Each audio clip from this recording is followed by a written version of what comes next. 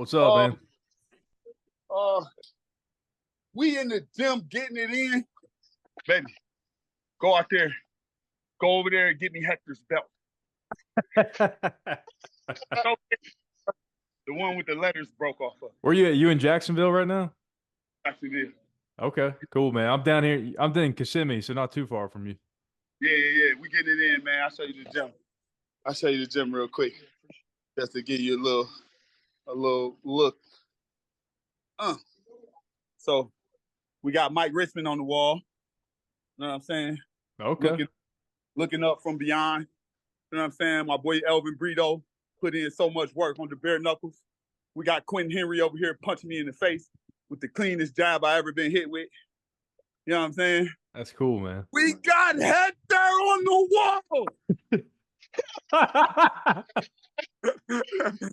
We got Hector on the wall. Hey, Lorenzo, you care if me and David ever one of these days we're going to have to come by your gym? No, you more than welcome, bro. Listen. Hector was talking so much shit on your podcast, like he forgot. He missed. What about this part? He say BKFC made me the face of the organization. This made me the face of the organization. He made me the face of the organization. Can I ask you this? What started with you and Hector? What started the beef between you two? Because okay, listen, I'm not going to say nothing bad about Hector because honestly, as a person, I don't know him. But I do know that he came to the BKFC. This is belt. Remember the one I slammed on the ground? Yeah. Oh, I still got it. Yeah, I still got it. We got to put him with the other ones. What's up, Coach Cal? We got to put him with the other ones. So look, I'm going to tell you, what started the beef was Hector came to the organization and he came to my fight. He came to my fight in Tampa. He shook hands with me and said he wanted to train with me because he was interested in bare knuckle. We took pictures together. He pretended to be cool. Then when he got the contract with David Feldman and when they started doing business together, he pretended like he didn't know I was the monster in the BKFC. So he orchestrated it so he could go around me. And that's how he wound up fighting with Joe Riggs, whom as I beat too. You get what I'm saying? Like, this ain't made up. What started the beef with Hector is the fact that he thought he could politic the BKFC and he expected everybody to go along with it. Yeah. He expected David Feldman to just let him be the champ because he's Hector Lombard. But this is the fight game. What about the fighters? What about the rankings? What about the heart of a fighter who came from nothing and put his life on the line to be a champion? Or is that not the name of the game? Or has he gotten so jaded he forgot what it was like to be hungry? I'm with you now. I mean, you get what I'm saying? Yeah. What about the Rocky story? The give a man a chance. These is the shorts. This is Hector's blood. Hector's blood. This is Hector.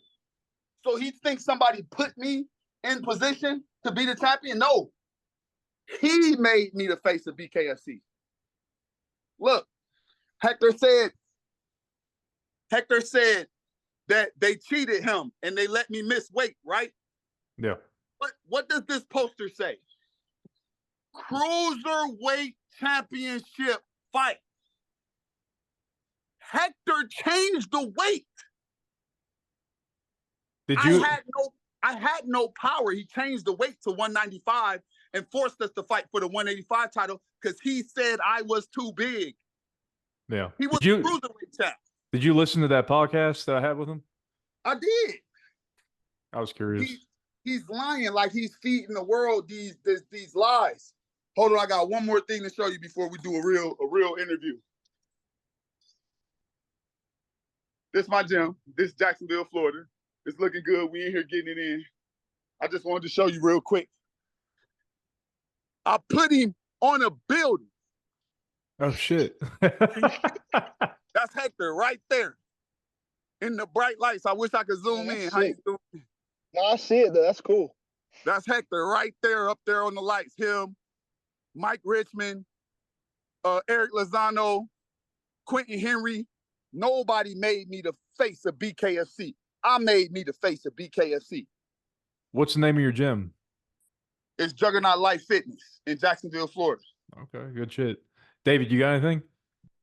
Yeah, I mean, how many people are walking into your gym these days? Just with, obviously you've had success yourself, but like with the Bryce Hall thing, I mean, is your phone just going crazy with people wanting to come train with you because of all your success and stuff like that? Going crazy. I figured, bro. I figured it was like that. I couldn't imagine. Going crazy. We in here getting it in. You're right. The thing with Bryce was awesome. Training him was awesome. Working with him was sweet. He's a good kid. He's really smart, really strong. He surprised me in a lot of ways, and it worked out. You know what I mean? But a lot of things has worked out for me, because of my hard work, my tenacity, and my grit. Anybody who has been following me, and there's a few, they know that for the past 7 years, every single day of the week, I posted live 2-a-days. I've been working out every day, 2-a-days, 5 days a week for 7 years straight. You can't take that from me. I don't care what your name is. No, I'm with you. And Joe Rogan, he's been mentioning you a bunch lately. Every time he does an MMA podcast, your name gets brought up, it seems like. So that's good. I mean, that's good on your end. Yeah, I mean, because the hard work won't be denied. It doesn't matter about who your favorite fighter is or any prejudices you may have. You might not like the way I talk. You might not like the way I walk. But I'm a fighter. I'm not a politician. I fight for money. I don't kiss babies and wave and try to make people like me. I whoop ass for cash. Let's get down to the bare bones of it. You want me to be your kid's role model? Fuck that. You should have more lofty goals for your child than that. I am a fighter. I'm in there fighting for my life from guys who don't like me, want to hurt me for money. Let's be realistic here. So to all the people who don't like me, find somebody to like. Yeah. Don't worry about me. Now, Lorenzo, let me ask you this. Would you ever cross over to Game Bread and fight Hector again? I mean, if the price is right, but honestly, I'm looking for somewhere that doesn't have weird light. But honestly, let me calm down. I just got done doing 10 rounds. So, you good, man. Yeah, so honestly, I'm chasing bigger and better things. Hector was a thing. It blew up for a while and he faded away, and it faded away just like I knew it would. What does it say about me if I chase Hector around from organization to organization? Like I have a vendetta. I won. I don't have a vendetta. All I wanted to do was prove I was the better fighter. I did that. Yeah. Right. It's your league in a sense, so I feel that too. And plus, I saw your comments speaking of Joe Rogan with the Joe Pyfer, where you're like he was talking about the MMA fight you guys had back in the day, and obviously you commented the MMA guys about like laying and praying to avoid damage. Is that kind of why you made the transition to BKFC? Is because like I want to stand in there and bang, and a lot of these guys, essentially want to take it to the ground, and that's just not me. Or did you just get into BKFC and it just naturally flow, or kind of what happened with that transition? So being from Cleveland, Ohio is a funny story. We have something that's called the C-Town Stomp, where if your back touches the ground, everybody stomps you like a roach. Wrestling doesn't work in Cleveland. Jiu-jitsu does not, it's not feasible. I never learned jiu-jitsu. I never learned wrestling. I can knock you out. I can knock out multiple attackers. I can defend myself against weapons. I know how to stay mobile. I have my skill set. I'm a sharpshooter. You may be a wrestler. You may be a swimmer. You may be Michael Phelps. that doesn't matter to me. In that ring with these hands, that's not going to save you. And the wrestling aspect, I don't even know if you guys, I don't know how you guys grew up, but when I was a kid, when we got in the fights, when we went to the ground, they broke us up and let us start again. Right. Because it was manly to fight standing up. Now, to roll around on the ground, I get it. Gracie popularized it.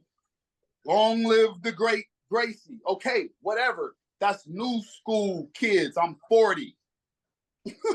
I'm 40. I'm in the back flipping, taekwondo, karate, kicking ass while standing, and the girls are cheering. Like, yay! Not laying around, scooching my cooch up to some guy like my wife submits me. Oh, man, that's great. I don't stand a chance. So I told Joey, everything happens for a reason. I'm old school. I would rather win on my feet than to win on my back. I know I'm not the only person in the world who feels that way. Right. Well, there's no doubt you're probably the greatest bare knuckle boxer alive. I mean, you know what I mean? You're up there. So keep stroking them too. I'm gonna keep stroking them, and it's gonna be fun. These guys like Mark Hunt calling me out. Nick Terrell got to get surgery. Arnold Adams, anybody who hanging around the heavyweight division of BKFC trying to stop me from becoming a triple world champion is going to go to the hospital. Yeah, that's the mission. What do you think about all the UFC guys trying to go over to BKFC? I know Mike Perry made it work, and I guess you could say Houston Alexander too. He seems to be doing pretty good for himself. I wouldn't call any of those guys true UFC guys, honestly. In my personal opinion, mixed martial arts was all there was for about 20 years. Mm-hmm. That's how I got into mixed martial arts. It was easier to break into than boxing. Boxing is a long, drawn-out, weird process that takes you from 15 to 35 without ever seeing a penny. You know what I mean? And then MMA, if you got a little heart and you know how to hurt people, you can get in it, become a big name, you know what I mean, in no time. Kind of like John Jones did. Just some funny kid, kicked about 6 people's asses, went to the UFC, became great. I understand. You know what I mean? So I got into MMA too. My actual record was 8-3, but I fought in small town promotions all up and down Florida. So I was losing to high level jiu-jitsu guys, but at first I was just knocking everybody out. Yeah. So eventually guys like Joey Pfeiffer, guys with high level wrestling backgrounds, guys with high level jiu-jitsu backgrounds, they figured out I'll crawl up to him, grab his pinky toe, and pray that he doesn't hit me. Him, his coaching staff, his mother, everybody was over in the screaming, don't let him hit you. Don't let him hit you. I don't think that's a win as a man. Yeah. But that's just me. He did choke me. He choked me the fuck out. I didn't tap. I think he said that too. I think he said you didn't tap. Oh, I didn't tap. I was like, kill me, motherfucker. I'm out my shield. Lorenzo, I got to bring this up too. What was with the tomato incident? Was that planned or what with Joe Riggs? People always ask me about that, but it actually wasn't planned. Joe Riggs just pissed me off. When I got to Montana, I ran into him and he was a really nice guy. And then we did an interview and he portrayed to be some big badass, talk about he'll jump in his truck and come down to my hotel right now and do something to me. And I told him, I said, we was just at Home Depot together and you were nice as pie. What the fuck are you talking about? So he got real irate and he was saying, I was playing my tomatoes. I wasn't thinking about you. I was playing tomatoes. So when I tried to intervene about what I would have done to him at Home Depot if he was an asshole, because, you know, I like viral moments and shit. Yeah. I would have slapped his hat off or stuck my finger up his nose or something. But he was being a cool guy, so you can't really do it without provocation. So he shook my hand and was nice to me, so I was nice to him back. And then he was an asshole to me the next day. I was an asshole back. So I brought a tomato because he was talking about planting tomatoes, and everybody's like, this guy's crazy. And I brought it to I think he's still mad about that because we had him on last year, dude. He was pissed. Yeah, he did a podcast about it, and he said he hate me and he hate I think the Masvidal kid or the Diaz brothers. He hates Nate Diaz for jumping him. They jumped him in the hospital. And he says he hates me. I'm cool. I mean, some people like me, some people don't. I don't even think he's in Montana anymore. I think he's at MMA Lab now. Yeah, they said, now listen, I would say this. Don't let the antics overshadow what I did to him. Because that honestly was the most impressive knockout. That was Ip Man level karate movie knockout. A 5-shot shutout. Pow, pow, pow, pow, pow. He vanished when you were done with him. I'm telling you. It was like, you remember the Bruce Lee movie where he was like, you killed my teacher. Oh, man. Perfect. That's cool, man. Now, what about your relationship with David Feldman? Say that again. So how's your relationship with David Feldman? He seems to really like you. I mean, he's always promoting you. He's good, speaks highly of you. Look. Yes, sir. That's sick. It's hard work. That's sick. I don't know how you just had that on for so long, to be honest. I've been grinding. So listen, Dave's an awesome guy. He's the small guy like we all were. Just regular guys trying to make our dreams come true. This guy took and created a whole new sport, made money for everybody, fed everybody's family. What could I possibly have bad to say about a guy that feeds everybody every time he wakes up? Not a damn thing. He's a great guy. Can't wait to get back in the ring. Yeah. David, you got anything? Well, I knew he was cold-blooded, like with because you see the UFC things with Dana and the fighters start getting at it like at weigh-ins and stuff, and he's ready to jump in. But actually, BKFC 18, when you jump in the ring and that whole thing in Steel with Hector, where he kind of ambushed you with the punches, I saw him in the background and he like let it happen. He was like, I'm gonna build this up. He used it as a moment to let you kind of like, obviously they separated you, but I was like, that's cold. He just let it happen and like let it promote the fights. And I honestly started watching every fight you had, every fight Hector had because of that moment. I was like, you want to see more. You see that he let it play on. So I think it's sick what he's doing to promote those fights and like you said, create a whole nother sport. Listen, that shit was purely organic. The one thing about Dave is that he doesn't have to manufacture that. Right. I was 6-1 at the time. I had already fought for the title eliminator spot twice. So when you pull some guy up here who refuses to fight me, but demands the fight for the title and gets it right in my face, you don't have to manufacture the heat. You don't have to manufacture the beef. Right. And when he saw me jump in the ring, I thought I was going to get fired. That was my last day. That was my quitting. That was me quitting. You get what I'm saying? Yeah. So you weren't trying to promote it. You were going in there like, I'm just going in and see what happens. And I'm getting fired, I get fired.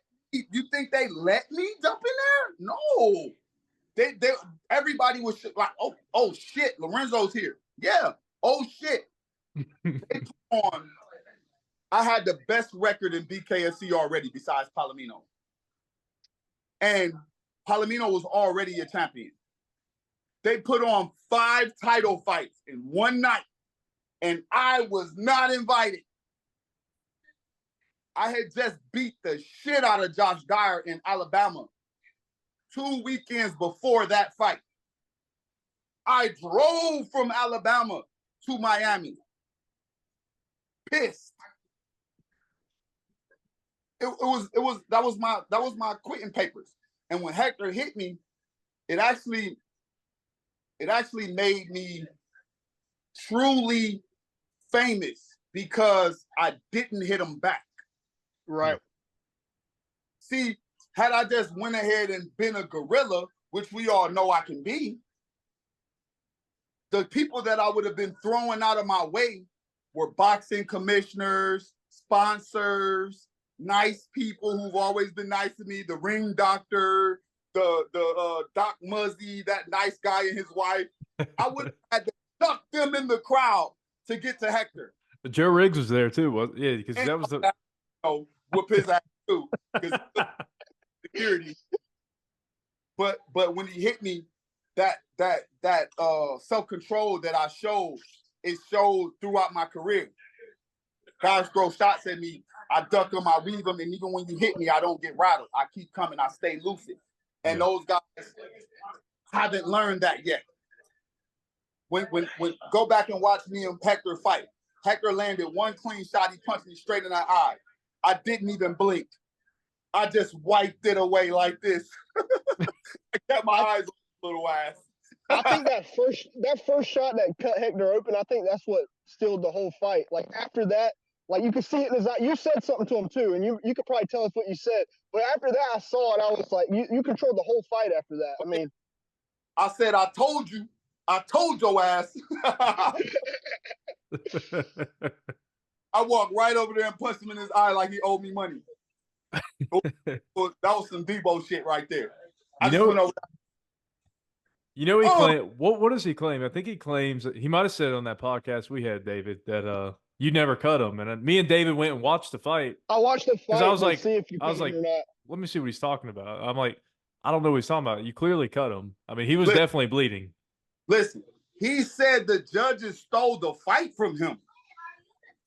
He didn't went around. He said Miami stole it from him. He said Dave set him up. He said, I cheated. I missed weight. I never missed weight. I've never, ever missed weight. He lied. They got a whole meme about me missing weight. I just showed you the banner says cruiserweight title.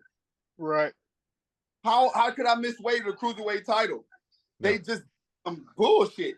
And it was all on Hector because he was trying to jump out the fight. But anyway, let's talk about current events. Honestly, Hector, I think underneath all it, he's a really cool guy. I was watching his podcast with you guys. A lot of the things he said, I feel the same way. We agree on flat earth. We agree on the fucking pigeons are fake. We agree on... you gotta explain. You gotta explain the pigeon thing a little bit.